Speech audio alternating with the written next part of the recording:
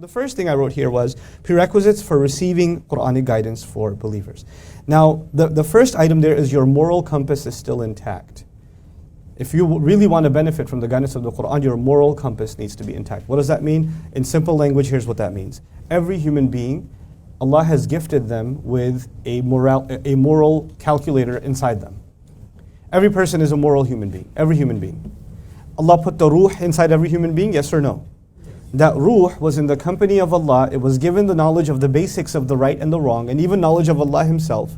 We learned that in Surah Al-A'raf. Because every human being, doesn't matter if they're born in a Buddhist family, or they're born in an atheist agnost family, or they're born in a Christian family or a Muslim family, it doesn't matter. All human beings are gifted with a certain basic sense of decency. The Arabic term for that, the Islamic term for that is the fitrah. The Rasul of Allah sallallahu alayhi wa sallam would say, كُلُّ مَوْلُودٍ يُولَدُ عَلَى الْفِطْرَةِ.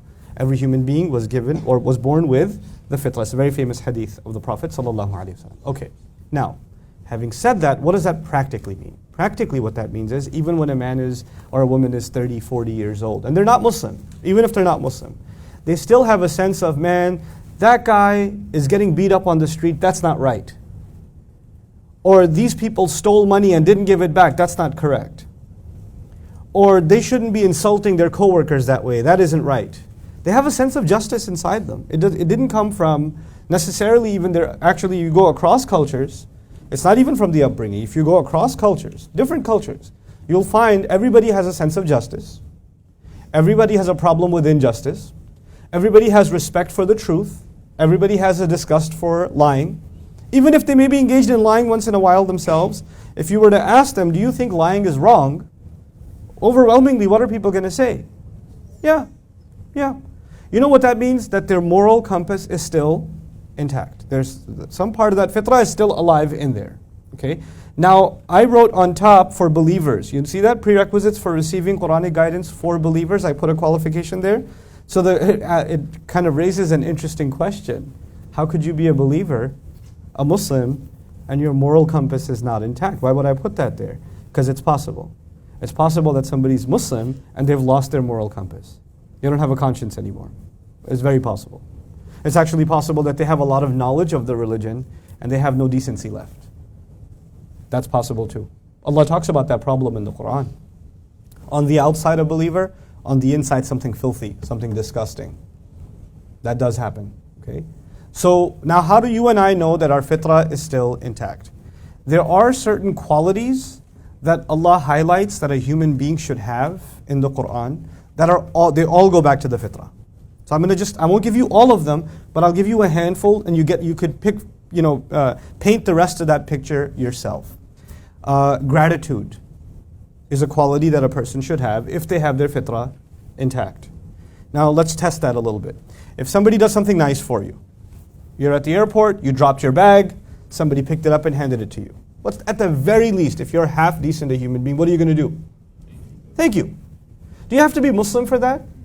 No. So a sense of gratitude comes with being decent. You understand that? So gratitude is a fundamental quality of the fitrah, one of them. Okay. Thinking is a quality of the fitrah. To be able to think and process, that's a human gift that Allah has given us. Patience, kindness. These are qualities that good people have. And these are qualities that Allah highlights in the Quran, or no? He does. As a matter of fact, in many cases, He highlights that Allah loves people that are grateful. Allah loves people that are patient. He wants you to become people that think. So the things Allah wants you to become, or the things that Allah loves, are actually pretty much all qualities that we were already given as part of our fitrah. They were supposed to be inside of us already. You with me so far? Okay. So if a person has a really big patience problem, or they're not grateful for anything, they have a hard time being grateful. It's very hard for them to say thanks. It's very hard for them to be humble. Humility is another actually fundamental quality of the fitrah. And humility has many levels, but the first of them is to be able to admit your mistakes, to be able to admit you're wrong, or you're not the best, or to be able to admit someone's doing a better job than you are, right? Some people have a really hard time with that, to be able to admit their mistake.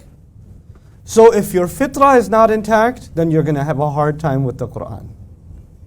Now let me tell you what that means. That means that you might actually learn a lot about the Quran. You might learn Arabic grammar. It's just been a day for you guys, but you might learn loads of Arabic grammar.